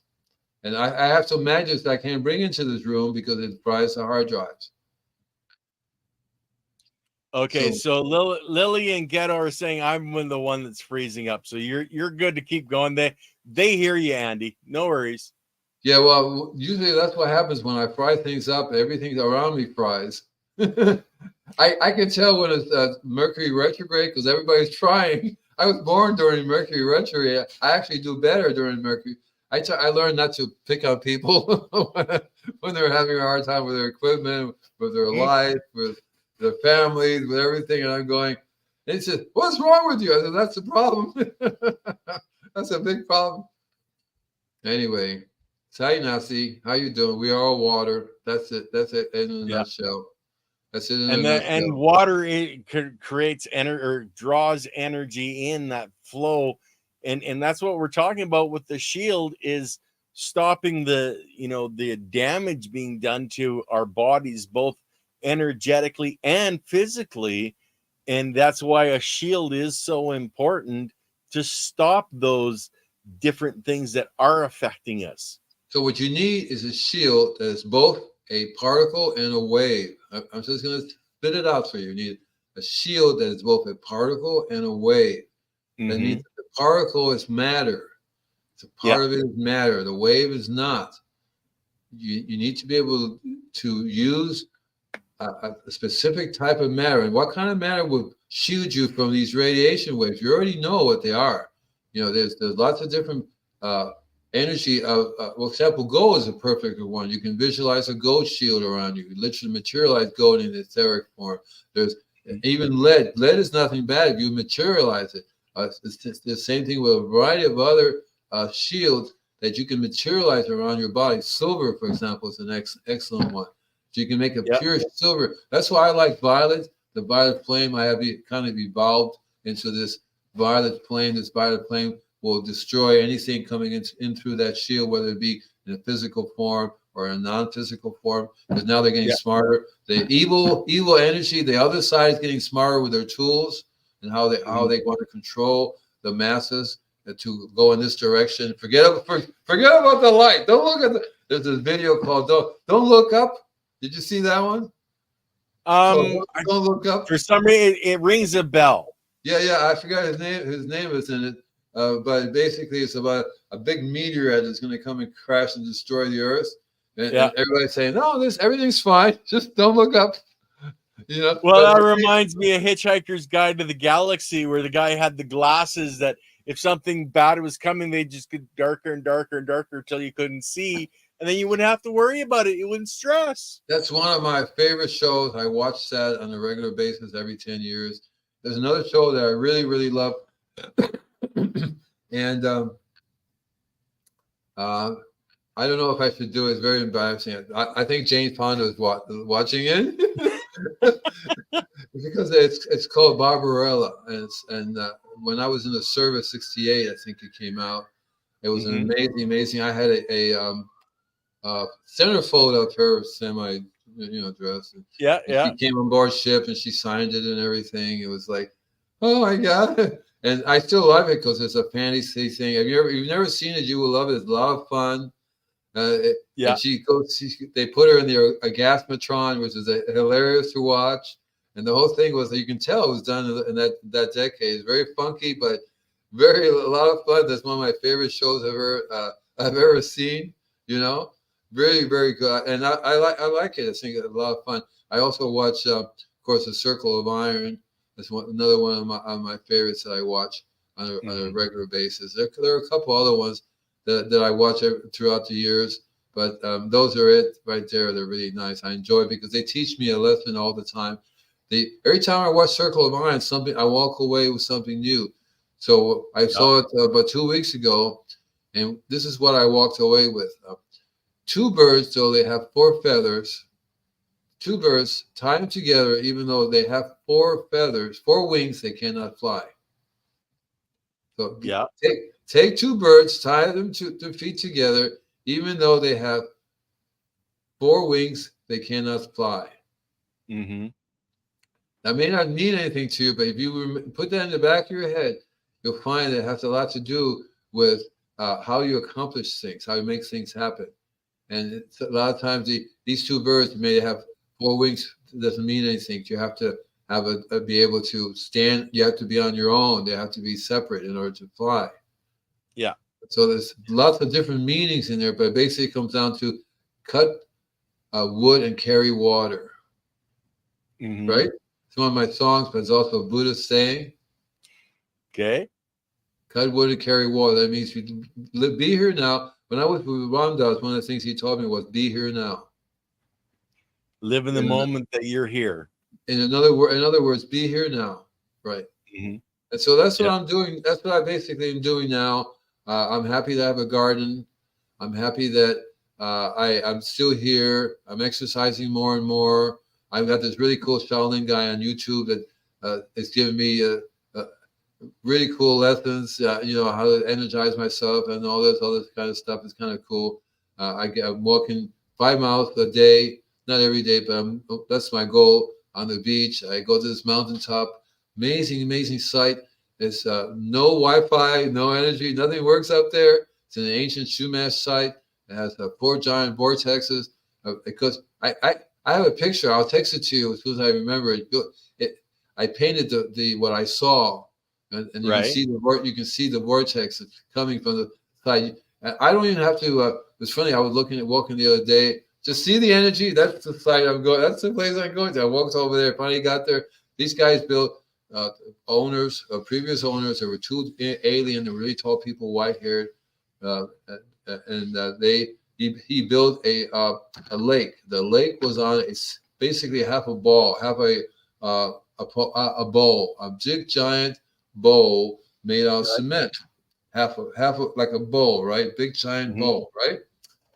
And so it was filled up with water. Now that vortex is energy, and you know what energy water does, right? They dance together. Yeah. Right. Yeah. Right. So the energy is coming up, shooting up, and you have this water, and it's taking the molecules and it's going up with it.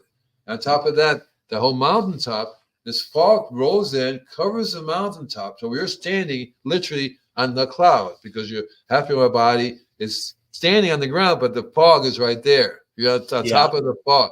And right through the fog, you see this vortex coming out. Everybody can see it. Not just me, because the water molecules manifested, right? Right? You know what I mean? Yeah. And sometimes you see a bird going through like that. And I was only fortunate to be in that, there a couple of times with other people. Because when I go by myself, nobody believes it. No, yeah, right. The alien spaceship. Sure, you loony bin. Sure, you'll be okay. Everything's fine. Oh, just take this medication, Andy. Please take this. What they like to say is, "You want me to help you change your pants?" You know. So I think so. I really want to go to my second stage. I think I happen to be in my second stage. I really don't know, but I do know that I'm really happy to see you. When I met Leighton, he changed my life by turning me on to you guys. Yeah, literally, because I've been going through some things with the personal life and trying to maintain my relationships, which is not easy at this age, and it's kind of all encompassing. And then I have this business, which I retired, but she said no. She took out the whip. You're going back to work, boy. You're going back to work. I go, geez, right? And so so there's a lot to do. That I still haven't. I finally did a blog the other day. I have a column to do now too, and so there's tons and tons of stuff I have to do, and I'm fortunate I can do it. I'm going to start painting more again. I just finished working on this one song. I'm not really done with it yet. I think I think you can't see it, but you can hear it, right? Yeah. We have a second. We have a second. Let me see if it does it, okay? Can you hear any of this? Yeah, I can. Lily and you guys, can you hear that?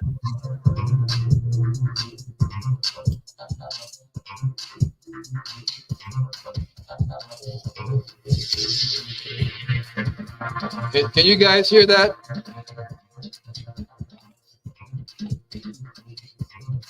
Yes. Lily says yes. All right, so this is an album I'm working on. You guys have the privilege of listening to it, the first being besides Kent to listen to it. Don't ask me how I do it. I have a multiple personality. I didn't tell you that. I have different people who come through me, and this is one of them. That has to be it. That's the only way, and it's amazing. So this one is called Wonderful Energies, which I'm still working on. And let me show you. There's 4 songs in this one album. It doesn't even have a name yet. Can you turn it up, Andy? Yes, sir. Ghetto Hippie says it's faint. Is that louder? Is that louder? Not really on my end. So we didn't think we could actually do this at all, guys. So, if you're getting anything. Yeah, I have to. You know what I could do? I could share. I could do it. Yes, just hang on a second. It's not over with yet. No, it isn't. That's what happens when you get me, man. You have to come along for the ride. Otherwise, it's like you're just gonna miss out on it. So here we go. Now you got it. See, there you go. Watch. Okay, let me bring it up.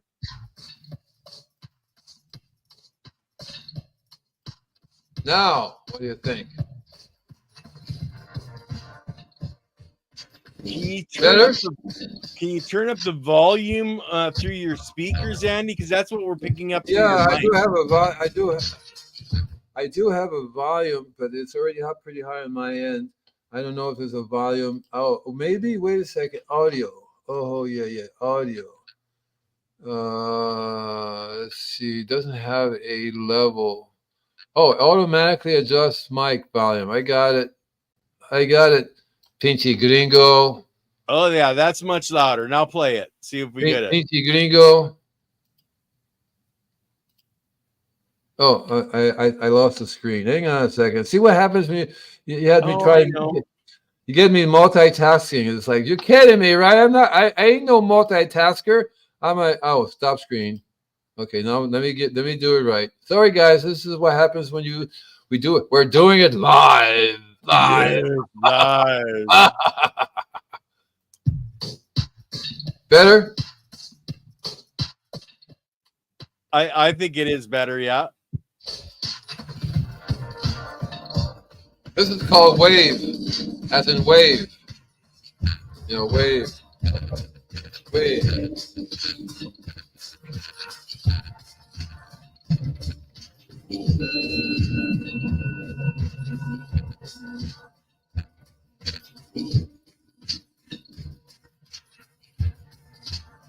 And that's now we'll get off of it, Andy. But I know, I can do it forever. That acid program you were talking about before, right? Yeah, it's called HCID. It's available for maybe $20, and it uses a paintbrush to paint the music on, and basically you either create your own loops or you buy loops. Loops are basically copyright free that other groups. That's how they make their money. And people from around the world will sell you a 30-second thing, and you learn to splice them, put them all together. You paint over them, and they're in different colors, so you can see the color variations. I love the colors because most people can't see the colors, but it verifies my colors schemes, and it's real easy to do. You just have to learn how to, and it blends them together for you. The paintbrush allows you to blend them together rather than timing. Cool. Yeah, and it's really a lot of fun. I use this maybe an hour a day, and sometimes I do it at night with the headphones on, and I wake up in the morning, and I say, "Who did this?" Okay, who? It must be my cat. My cat's coming in here, and she's making music. Oh my God, or it could be the little mice, the little rat. I know it's the spider. The spider comes down. And goes, yeah. Well, Andy, let's jump off of that because we do have a question. Okay, and you had mentioned Woodstock. Andy, did you make it to Woodstock? Okay, so you know the movie Woodstock? Yeah. Remember the thing that says, with the guy on the roof and the tower, please come down from the tower. Do you remember that guy yelling? Vaguely, yeah. Was that you, Andy? Oh man! Please come down from the tower. And I tell you the truth. I was a Navy. I took a vacation. I ended up there. I think I lost my uniform. I didn't lose it. I didn't need it. But I eventually I had another one put on. I did so much the 3-letter word thing and so much of the shrooms things, and I got to meet. Well, let's see. There's 2 people, and you wouldn't know who they are, but right now I'm so wiped out from all the energy thing. But basically, he would do the guitar in Woodstock. What was his name? Jimi Hendrix. Jimi Hendrix, right? And who's the lady? Janis Joplin. Janis Joplin, right? There you go. So I used to play at these little congos, and I'm in the audience. Yeah, hey, brother, come up here, And I played, and then eventually we got stoned with him, big giant spliffs thing. So I did that, and Janice too, and we did some shrooms together, some LSD together. It was a good. It was like the good hippie days. That's the one thing I remember from Woodstock. I'm actually surprised you remember Woodstock at all, man. Oh, yeah, because it was like underwater half the time, and it was like I remember I had to get back to the ship. And people call me because I'm raising the energy. What happens is the energy level goes up. All these people will pick up on, oh my God, I have to call him. He's vibrating. He's vibrating at me. Yeah, you can. I'll tell you one thing interesting too. You can make your aura bigger than the Earth's aura because you actually make as one aura because we are. See, right? So if you That's sit why there all it's of a so sudden, important to keep our energy and positive vibrations higher because we're affecting the entire globe, the entire species. exactly right, exactly right. Yeah. So anyway, I do play a lot of games. I don't tell people that I'm known as Captain Crazy. And so Mhm. I've been playing this one particular game now for maybe 20 years, 25 years. It's called Empyrean. So what I like about the games, I also just before I get carried on this one, I actually became a VR producer. So I went to Sony and I said, okay, this is my idea for VR. We're going to make VR drugs. We're going to make VR LSD, VR mushrooms, any drug you want to be VR. And so your Right. body takes it and it's real. It's real. See? Hmm. And so that's what I want to do, and I still want to create it to some extent because when you put out you ever had VR sets on? I've never had the opportunity. They've actually have a new laptop that they've put out that it doesn't have a monitor. It's VR glasses and it's like a 52-inch screen or something that yeah, it's pretty wild. But The whole a thing about brand new, virtual reality is that yeah, your brain processes like it was real. yeah, yeah, If you hurt yourself in that, you're gonna feel it. It's gonna happen. And so because I do a meditation with it, and I did the early version of it where you have the cameras up there, you know, and you're wired. Can't move, so you can't do anything. The second version of it, I got ripped off because I bought the first version. They already had the second version. They should have just thrown the first version away, sold me the second version. But then as soon as I bought it, within 3 months, they come out with the next version. I go, wait a minute. Don't I even get any credit for? I hope you. No, yeah, it's too bad. You can buy this version. No, I said I stopped. I said the heck with that. I'm not going to touch it anymore. You know, but I did. I did. So I have programs that you can learn virtual reality. So I do that with my games. It's an open world that you can travel around the world. Like you think Google is good, you can actually take Google and go to a city and run around. And so but the games I play, there are a couple of games, but all of them are open world. That means that you can climb mountains, go swimming, go fishing. You cool. get it rains, all these things. You're supposed to normally beat up other people. So most of them are like Imperium. Imperium basically starts on you on the planet that you have to learn to protect yourself, build a shack, make some weapons, learn how to make food, defend yourself against the local aliens, that kind of stuff. Eventually, you have to follow the laws. So when you build a ship, you have to have enough power and thrust and sources and all these things, systems working to fly. And so Right. I'm really good at engineering, and I love these things. So I basically created. I didn't create it. So there's a movie called Babylon's 5. Yeah. Yeah. It's a long, long time ago, right? And it comes back up again every once in a while. But their bad guys was a giant battle crab. So think of a crab the size of a small world.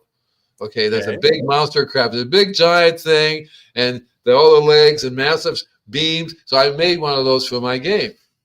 Mm-hmm. I actually made two, one called Death and one called Angel. I can show you a picture of it. It's a really cool device. I'm always constantly using it to fight off evil. So I run a planet, and people can come to my planet and they play. And if they have problems, I'm the GM, the admin. Yeah. Yeah. So and I'm basically God. I can appear and I can do all kinds of things. So when they say help, this monster's going to eat me, I said, what did you think? It's a survival planet. They're supposed to kill you. What are you doing? You know. And sometimes, okay, I'll help you. Here's a gun. Here's some water. But I love the ability to fly from one planet to another planet to see monsters. A lot of times I'm sitting on top of a volcano enjoying the view with monsters chasing me. I make a little jeep or a bike, a motorcycle. You know, I Yeah. love going underwater. So I play another game where I'm supposed to be a pirate, go around killing things. But Yeah. this your pirate goes and discovers islands, hangs out with the bears and the deers, and you don't kill them, they don't kill you. They just sit there and it's raining. So when I started, there was no rain, so I contacted the programmer, say, dude, it needs to rain, a little thunder here, you know, a little rain, and sure enough, they put it up there. And I said, well, why can't we swim underwater? And sure, they went underwater. and under caves and stuff like that. And I said, well, so what? I don't kill things. What I do is I go fishing and I eat the fish, and that works fine. That works fine for me. And there's also rum you can drink, you can cook. So it's a wonderful game. But to me, it's a reality. It's just as real as this world is. Yeah. See, I've learned.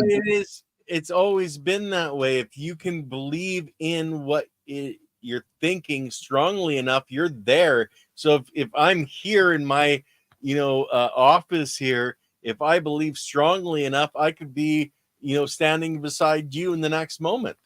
One of the games I played was a couple of them. One's called EverQuest, and the other one is I've almost forgotten the name of it, but because I haven't played it in such a long time. But basically, it's Warcraft. It's called Warcraft. Okay, yeah. Yeah, so Warcraft, you could be. So I decided to be a druid. The druid starts off as a teddy bear, a little bear. Eventually grows up to be a bigger bear. Then it becomes a polar bear. And he can fly, change into birds. Then he has a winged creature. All this stuff I love doing it. I'm seriously thinking of starting up my account again, and because I enjoy the ability to fly and run with the wolves. To me, it's a very relaxing, wonderful thing. They want me to go around killing things, and I laugh at them. The monster is, and so it's okay. And if you want to kill me, go ahead. I'll come back somewhere else, But I really enjoy doing that, and it's a relief to get off of this. But I don't believe that this is the total reality of everything right here. This is not. So we're little people sitting right in front of talking to each other on this little camera right here, But if you expand out, we'll be surprised at to what we are connected to, and that's what it's all about. Well, and that's really what we like to tell people and explain to people is we're so much more than just these physical forms. Our energy can do things that are absolutely otherworldly, if you want to call it that, but we're so much more than what we have been told that we are. And Andy, by doing that virtual reality, taking yourself and creating those other worlds, you're taking it to that next level inside of yourself, keeping your shields up, of course, because your shields are necessary in that other world as well, because there are so many multiple dimensions that we exist in at the same time, energetically, not necessarily our physical form, but just on the energetic and in our own minds, we can create whatever we want to be. We're a swimmer in a world of energy. I tell people we are infinite beings trapped in a very finite body. Better learn how to deal with it. And so what makes us infinite is that we have the ability to travel anywhere in this universe and in this galaxy, anywhere, without having to leave our body, our physical body. And so to me, that is really, really cool. And so I look forward to doing more. And at the same time, there's a physical body here that you have to eat, you have to take care of, you have to learn how to deal with toxins. I think people don't understand. There are toxins staring at you. You're doing toxins every day. You need to be on top of that, because once your body starts going down here, you're going to go, oh, shit, oh, boy. Right? Then it's too late. And so it's never too late to start saying, okay, what toxins am I swimming in right now? What toxins am I eating right now? And slowly but surely, because even though you form a shield, you can still feed yourself toxins. Oh yeah, it won't stop. It won't. I can't get it in here. No, it won't. You have the magic to create walk right through your shield. Bring whatever you want to into your shield. And a lot of times people don't know that the air, the water, everything they're allowing it into their force field. Their force field is getting weaker and weaker and weaker, and they don't know why. This electrical stuff is not really very good. You have to constantly recharge yourself. I mean, literally, it's amazing that I can handle this, not only because I have devices that nullify it to a certain extent, but it's not the device, it's me. That's right. Yeah. It's me. That people come up to me all the time and they want to, and so in the beginning I was like, no touchy. Now it's like, go ahead. I'm going to zap you. I'm going to blow your fuse away. You're going to walk away and be crashed out for weeks. You go, what the heck happened to me? If anything, that's your reset button. If you could go back to the old weird person you're at, or hit the reset button and go on with your an amazing new life. Because I watch those zombie movies. I say, go ahead, here, suck some blood. Boom. Change them. Interesting. Yeah.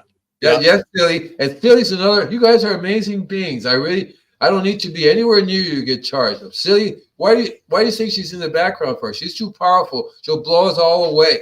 Everybody will melt and they'll be like, I'm melting. I'm melting. Oh, what a world. What a world. Oh, I'm melting. Oh, well, you guys, you would be amazed. Lily and I sit out on the deck. Some of the conversations that we have would just like people would just shake their heads and go, this is beyond. This is so far beyond. Like, this is crazy.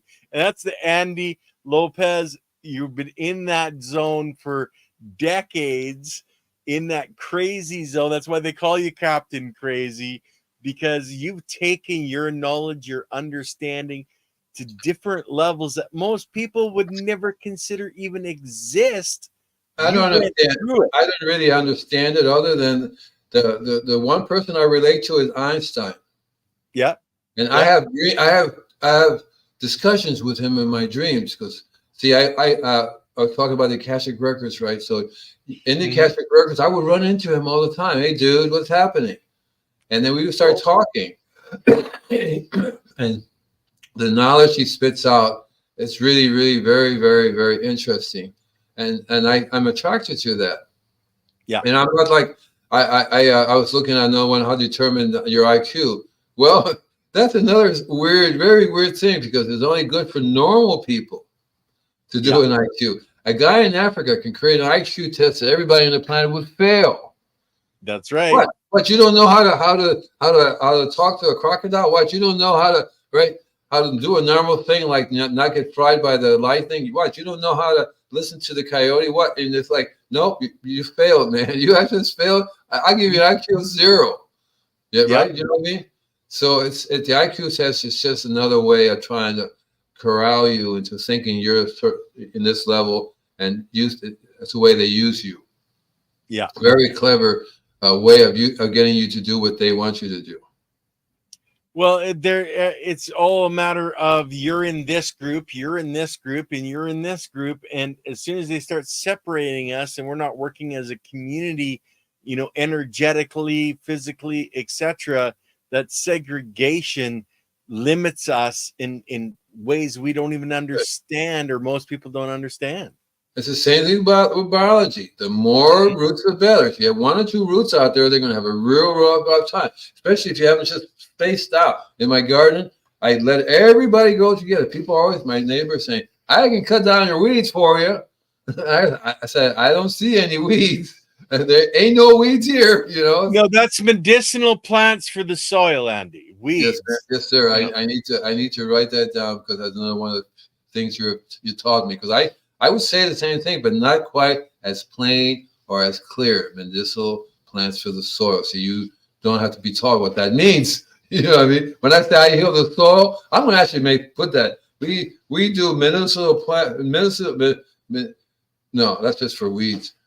Yeah, I think we should do it. Well, didn't we do a show already on weeds? Seems yes, like we did. Yeah, we did. And that's where I came up with that medicinal plants for the soils. Yeah. You and I get along really well, because you're the opposite of me in a lot of ways. Very scientific, very, very grounded. I am not grounded. My Aquarius energy is fortunately, my feet are on the ground, but everything else is in the air. Yep. Yeah.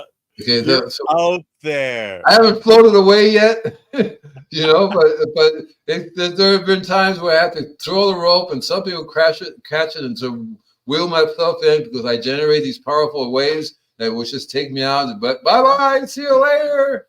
That kind of stuff. So it's kind of scary. But there's what's she say? Here's to the crazy ones, the misfits, the rebels, the troublemakers, the round pegs in the square holes, the ones who see things differently. They're not fond of rules, and they have no respect for the status quo.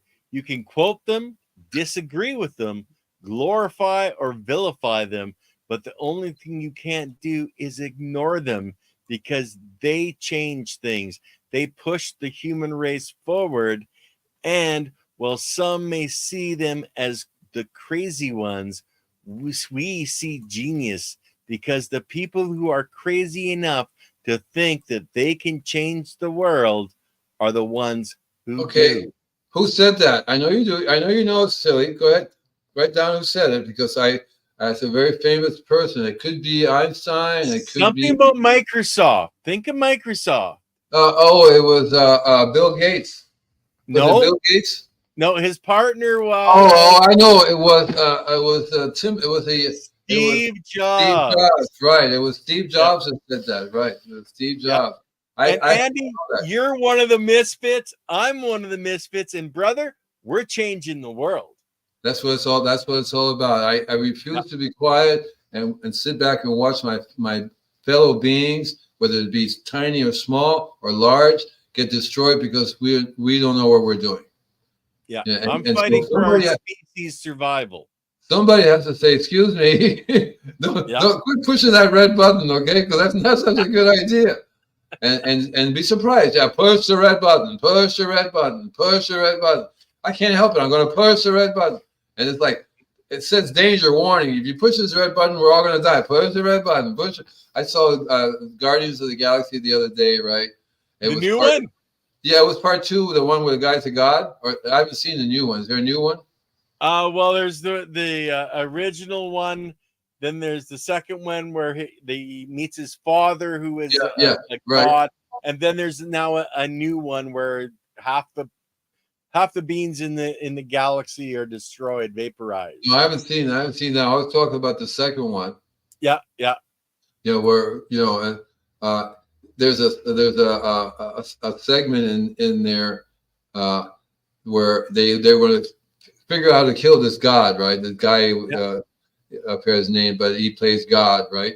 And so Mhm. they say, you set this bomb off near him because he's in the center of the world, you'll kill him. And they said there's three buttons: there's the green one, the brown one, and the Yes. red one. Do Yeah, not yeah. press the red one, right? So the little tree, just they Groot. said, Groot. Groot, show me what you do. You were like, go, no. And he would go every time they press the red one. No. But he finally ended up taking it there, and they was going to do it, and he pressed the right one, and he had a few seconds to remember, and he blew up his thing. And Yeah, yeah. that is what we are taught. We are brainwashed in so many different ways to be the lemmings that jump off, and it's a system that can easily be changed because if your energy is higher than theirs, they can't do anything to you. Yeah, exactly. So keep your energy high, and it helps Yeah. all of us. Protect yourself from your cell phone. It's one of the ways that it's so much electromagnetic fields coming out from that I don't it's not anywhere near me, and I try not to sleep in the same room with it. I got so many things on it. I have it in a lead shield. It actually is a lead thing you can buy, put it in lead shield. Okay, it's a lead shield that it won't work unless you only one side. You have to point in some direction to be able to get it. In other words, it's not coming into your body. And then I also have other shields that I wear and everything around because you have to. These shields are Wi-Fi 5 is a lot stronger. Wi-Fi 6 is going to be. These are, as I said before, military tools. How to fry water, right? How to fry water without destroying anything else, and that's our makeup. And so, so you have to really, really develop a way. And the other thing is to learn how to use structured water. You don't want to. Normally, you get structured water on a regular basis in your life. The water you normally drink, it's not city water, right? You normally will drink from a well, or you drink from a clear lake. The rainwater. In the old days, you don't have anybody making city water, right? You would get whatever, and so that's very different than getting city water, which is unstructured water, and it's not only just full of the chemicals they put into it, but full of the chemicals they don't even know they're putting into it, which they will go good old forever chemicals are in your water, a lot of your water now. So you're getting the ability. So to think of yourself as a circuit. And the energy is flowing through. It's slowing down. It's getting clogged up. It's not passing. You have to energize and clean your circuits out. Yeah. Yeah. Right? You have to literally clean your circuits out. You have to imagine this field, this ball, it's tiny enough to go follow your energy, and everywhere it encounters, it burns the toxins, layers of the toxins out. It makes it disappear. So the energy then starts to flow. And you will know the difference when your energy is flowing, because for one thing, you're going to attract so much of other stuff around you. You're going to go, oh shit, right? The one light attracts like thousands and not billions of everybody in the darkness. Oh, look, light, right? You know, right? Yeah. Yeah.